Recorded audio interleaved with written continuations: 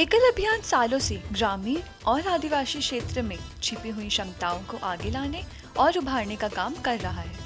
पर कुछ ऐसी कहानियां भी हैं जिसकी चर्चा पहले नहीं हुई है। ऐसी ही एक कहानी है अंचल खटीमा की, जो नेपाल की सीमा से लगा हुआ एक क्षेत्र है, जहां पहले अधिक मात्रा में गौ तस्करी और धर्मांतरण जैसी गलत काम चल रहे थे। लेकिन एकल के प्रभाव से वहां न केवल लोगों को शिक्षा और संस्कार मिली, परंतु कई बदलाव भी आए। आज हम सुनेंगे ऐसी ही एक कहानी मोहिनी पोखरिया जी से, जो खटीमा अंचल की संरक्षिका हैं।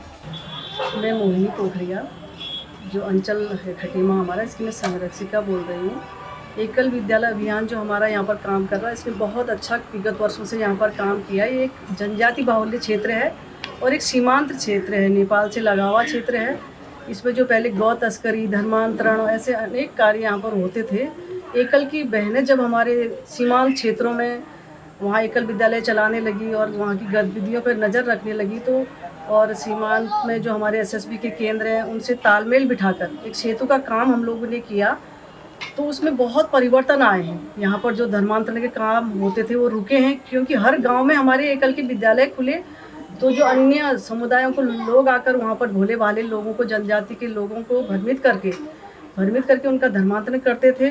उसमें भी काफ़ी परिवर्तन आया। घर वापसी हुई, वहाँ सत्संग के माध्यम से, एकल के विद्यालयों के माध्यम से, समितियों के माध्यम से जो जन जागरण के कार्य किए गए, इसमें हमारे धर्मांतरण रुका, लेकिन घर वापसी हुई। उनके घरों में हमने उनको समझाया, उनको जागरूक किया हमारी एकल की बहनों ने, और वो हम अभी अपने धर्म वापसी की है उन्होंने। और जो गौ तस्करी यहाँ पर बहुत मात्रा में होती थी।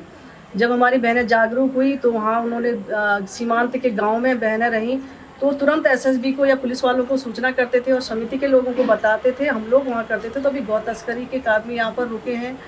और जैविक खेती के बारे में जो हमारी बहनें बताती थी, तो उसका बहुत असर आया। लोग भले ही ज़्यादा स्तर पर जैविक खेती नहीं कर पा रहे हैं, लेकिन अपने लिए लोग जैविक खेती अब कर रहे हैं। अपनी साग सब्जी और अपने खाने के लिए राशन यहाँ जैविक तरीके से वो प्रयास किए जा रहे हैं। बहुत अच्छा काम यहाँ पर एकल का रहा और आगे भी अच्छा रहेगा। और स्वास्थ्य के क्षेत्र में भी जो इन्होंने जड़ी बूटियों के बारे में बताया, गांव-गांव जाकर छोटी छोटी बैठकों के माध्यम से, कि तुलसी का पौधा, तुलसी की पूजा करिए, गंगा जल के बारे में बताया, छोटी छोटी चीज़ों के बारे में, तो गांव के लोग उसका अनुसरण कर रहे हैं। अच्छा यहाँ पर एकल ने काम किया है। हम एकल की बहनों का तहे दिल से धन्यवाद करना चाहते हैं कि वो अपने व्यक्तित्व निर्माण के साथ साथ अपने परिवार और समाज और राष्ट्र के लिए काम कर रही हैं। उन बहनों को हम बहुत शुभकामनाएं देना चाहते हैं। धन्यवाद। एकल अभियान द्वारा उठाए गए कदमों से देश के हर एक कोने में बदलाव आ रहा है और लोगों में देश के प्रति सद्भावना जाग रही है। भारत लोक शिक्षा परिषद और एकल अभियान का उनके द्वारा किए गए कार्यों के लिए धन्यवाद।